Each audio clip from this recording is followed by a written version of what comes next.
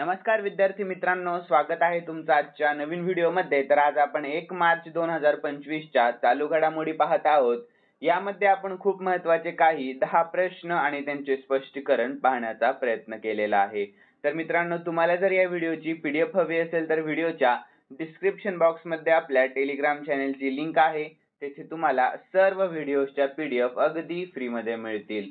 तर मित्रांनो, थोडाही वेळ वाया न घालवता आपण या व्हिडिओला सुरुवात करूयात। तर या अगोदर आपण कालच्या चालू घडामोडी पाहून घेऊया। तर कालचा पहिला प्रश्न होता, तर प्रकृती 2025 या कार्बन बाजारावरील पहिली आंतरराष्ट्रीय परिषद कोठे आयोजित करण्यात आली आहे? तर दिल्लीमध्ये। पुढील प्रश्न, सागर कवच या सरावाचे आयोजन फेब्रुवारी 2025 मध्ये भारताच्या कोणत्या किनारी राज्यामध्ये करण्यात आले आहे? तर पश्चिम बंगाल या। यानंतर मध्य प्रदेशातील कोणत्या शहरामध्ये ग्लोबल इन्व्हेस्टर्स समिट म्हणजे GIS 2025 चे आयोजन करण्यात आले होते? तर भोपाळ या। यानंतर पुढील प्रश्न, नुकताच हेरत महोत्सव कोठे साजरा करण्यात आला? तर जम्मू आणि काश्मीर मध्ये। पुढील प्रश्न होता, तर कोणता देश international maritime navigation assistance organisation म्हणजेच ALA च्या उपाध्यक्ष पदासाठी निवडला गेला आहे? तर आपला भारत देश। यानंतर भारतीय नौदलाने देशातील पहिल्या पाण्याखालील संग्रहालयासाठी गुलदार जहाज कोणत्या राज्याला सुपूर्द केले आहे? तर महाराष्ट्र राज्याला। कोणत्या? तर आपल्या महाराष्ट्र राज्याला। यानंतर पुढील प्रश्न, तर ऑक्टेन सिडनी क्लासिक 2025 स्क्वॅश स्पर्धेचे एकेरी विजेतेपद कोणी जिंकले आहे?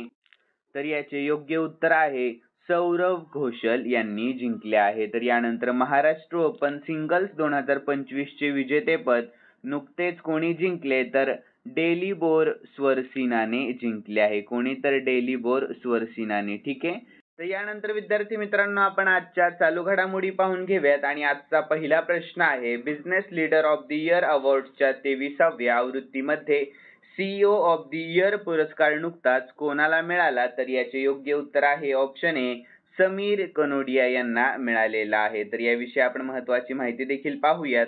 तर समीर कनोडिया व्यवस्थापकीय संचालक आणि CEO लुमिना डाटा मॅटिक्स यांना 23व्या business leader of the year awards मध्ये CEO ऑफ द इयर म्हणून गौरविण्यात आलेले आहे। तर हा पुरस्कार नवोन्मेष, बदल आणि सामाजिक विकासाला प्रोत्साहन देणाऱ्या व्यावसायिक नेत्यांना सन्मानित करतो। यानंतर मित्रांनो, पुढील प्रश्न, नुकत्याच प्रसिद्ध झालेल्या अभ्यासानुसार ऑस्ट्रेलिया आणि कोणत्या देशामध्ये स्तनाच्या कर्करोगाचे प्रमाण जगामध्ये सर्वाधिक आहे? तर याचे योग्य उत्तर ऑप्शन डी, न्यूझीलंड या। कोणत्या? तर न्यूझीलंड। तर याविषयी आपण महत्त्वाची माहिती पाहून घेऊयात।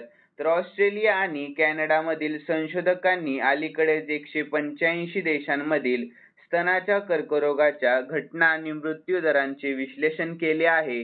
असे आढळून आले की ऑस्ट्रेलिया आणि न्यूझीलंडमध्ये स्तनाच्या कर्करोगाचे प्रमाण जगामध्ये सर्वाधिक आहे। तर जागतिक स्तरावर 20 पैकी 1 महिलेला तिच्या आयुष्यामध्ये स्तनाचा कर्करोग होईल, तर 70 पैकी 1 महिला या आजाराने मरण पावेल। यानंतर पुढील प्रश्न, युरोपियन कमिशनच्या अध्यक्षा 2 दिवसांच्या भारत दौऱ्यावर आहे, तर त्यांचे नाव काय आहे? तर योग्य उत्तर option C, Ursula von der Leyen असे नाव आहे। तर याविषयी महत्त्वाची माहिती पाहूयात आपण। तर युरोपियन कमिशनच्या अध्यक्षा उर्सुला वॉन डर लेयन 2 दिवसांच्या भारत दौऱ्यावर आहे। तर ही श्रीमती लेन यांची 3री भारत भेट असणार आहे। तर युरोपियन कमिशन विषयी शॉर्टमध्ये महत्त्वाची माहिती, स्थापना झाली युरोपियन कमिशनची 1993 मध्ये आणि मुख्यालय आहे ब्रुसेल्स मध्ये। ठीक आहे, लक्षात ठेवा। यानंतर पुढील प्रश्न, तर चंद्रावरील पाणी शोधण्यासाठी लुनार ट्रेल ब्लेझर उपग्रह कोणी प्रक्षेपित केला? तर याचे योग्य उत्तर ऑप्शन बी, नासाने प्रक्षेपित केला आहे। कोणी? तर नासाने। तर यानंतर आपण याविषयी शॉर्टमध्ये महत्त्वाची माहिती पाहूयात मित्रांनो। तर कोणाद्वारे लॉन्च केले गेले? तर स्पेसएक्सचे फाल्कॉन 9 रॉकेटद्वारे। आणि कोठून? तर केनेडी स्पेस सेंटर फ्लोरिडा येथून प्रक्षेपित करण्यात आले आहे। तर उद्देश काय आहे? तर लॉकहीड मार्टिनने तयार केलेला 440 पाउंडचा उपग्रह भविष्यातील चंद्राच्या शोधासाठी आणि अंतराळवीरांच्या तळांसाठी पाण्याचा बर्फ ओळखेल. यानंतर नासाचा लॉंग फॉर्म काय आहे तर national aeronautics and space administration. ठीक आहे मित्रांनो, लक्षात ठेवा. आणि नासाची स्थापना झाली 29 जुलै 1958 मध्ये आणि मुख्यालय वॉशिंग्टन DC मध्ये आहे आणि सध्याचे अध्यक्ष आहेत बिल नेल्सन. कोण आहेत? Bill Nelson. ठीक आहे. यानंतर पुढील प्रश्न, अलीकडेच जगातील सर्वात महाग पासपोर्ट कोणत्या देशामध्ये आहे तर योग्य उत्तर आहे ऑप्शन डी मेक्सिको या देशामध्ये. कोणत्या तर मेक्सिको या. पुढील प्रश्न दिवसावर आहे मित्रांनो, तर राष्ट्रीय विज्ञान दिवस कधी साजरा केला जातो तर याचे योग्य उत्तर आहे ऑप्शन ए 28 फेब्रुवारी रोजी साजरा केला जातो. केव्हा तर 28 फेब्रुवारी रोजी. तर याविषयी आपण महत्त्वाची माहिती पाहूयात. तर राष्ट्रीय विज्ञान दिवस दरवर्षी 28 फेब्रुवारी रोजी साजरा केला जात असतो. तर सर व्ही रामन यांनी केलेल्या रामन प्रभावाच्या शोधाचे स्मरण जे भौतिकशास्त्राच्या क्षेत्रातील एक मौलाचा दगड होता, ज्यासाठी त्यांना 1930 मध्ये भौतिकशास्त्रातील नोबेल पारितोषिक मिळाले आहे. यानंतर 2025 ची थीम काय आहे तर विकसित भारतासाठी विज्ञानातील जागतिक नेतृत्व आणि नवनिर्मितीसाठी भारतीय तरुणांना सक्षम बनवणे. यानंतर पुढील प्रश्न, तर भारतातील पहिले जैव बँक आणि प्राणी संग्रहालयाचे कोठे अनावरण करण्यात आले तर याचे योग्य उत्तर ऑप्शन ए दार्जिलिंग पश्चिम बंगालमध्ये. कोठे तर दार्जिलिंग पश्चिम बंगालमध्ये. तर याविषयी आपण महत्त्वाची माहिती पाहून घेऊयात. तर फेब्रुवारी 2025 मध्ये दार्जिलिंग पश्चिम बंगालमध्ये असलेल्या पद्मजा नायडू हिमालयन प्राणी उद्यान दार्जिलिंग प्राणी संग्रहालय म्हणून प्रसिद्ध भारतातील पहिली जैव बँक आणि प्राणी संग्रहालय उघडले आहे. तर यानंतर भारतात प्रथम महत्त्वाच्या चालू घडामोडीवर आपण प्रश्न पाहून घेऊयात मित्रांनो.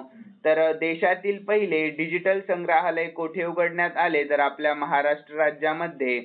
AI द्वारे निर्मित भारतातील पहिले हिंदी गायक आणि मॉडेल कोण बनले आहेत तर माया बनले आहेत. यानंतर भारतातील पहिली पाणथळ शहरे आहेत उदयपूर आणि इंदोर. यानंतर भारतातील पहिले ट्रॅफिक लाईट फ्री शहर आहे कोटा. पुढील प्रश्न, उबरने भारतातील पहिली जलवाहतूक सेवा कोठे सुरू केली तर श्रीनगर मध्ये सुरू केली. यानंतर भारतातील पहिली नाईट सफारी कोठे बनवली जात आहे तर लखनौ मध्ये. यानंतर भारतातील पहिल्या ग्रीन हायड्रोजन इंधन केंद्राचे उद्घाटन नुकतेच कोठे झाले तर लेह लडाख मध्ये. यानंतर भारतातील पहिल्या स्वयंसक्षम इंडोर एअर क्वालिटी मॉनिटरचे अनावरण तर त्याचे नाव काय आहे तर पवना चित्र असे नाव आहे. यानंतर भारतातील पहिले सौर शहर आहे सांची आणि भारतातील पहिला CO2 मॅनऑल पायलट प्लांट कोठे प्रस्तावित केला तर पुण्यामध्ये प्रस्तावित केलेला आहे.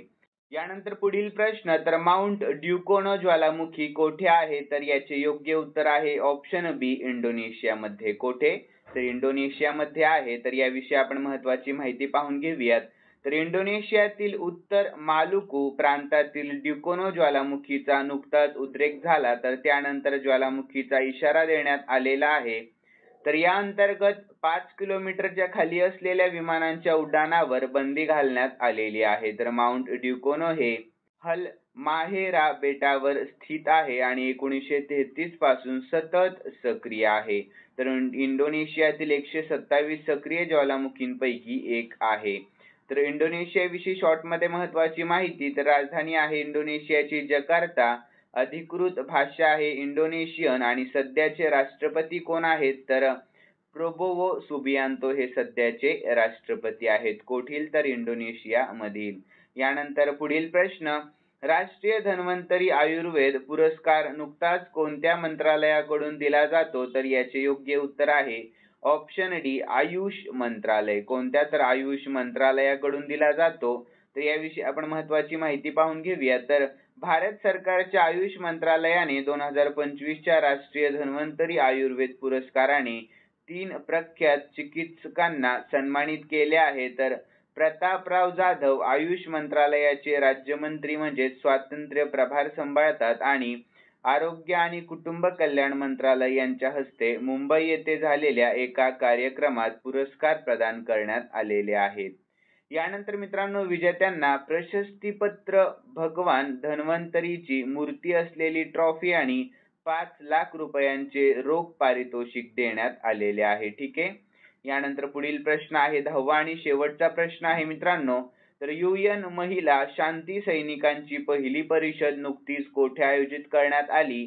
तर योग्य उत्तर आहे ऑप्शन ए, नवी दिल्लीमध्ये आयोजित करण्यात आलेली आहे. कोठे? तर नवी दिल्लीमध्ये. तर याविषयी आपण शॉर्टमध्ये महत्त्वाची माहिती पाहूयात.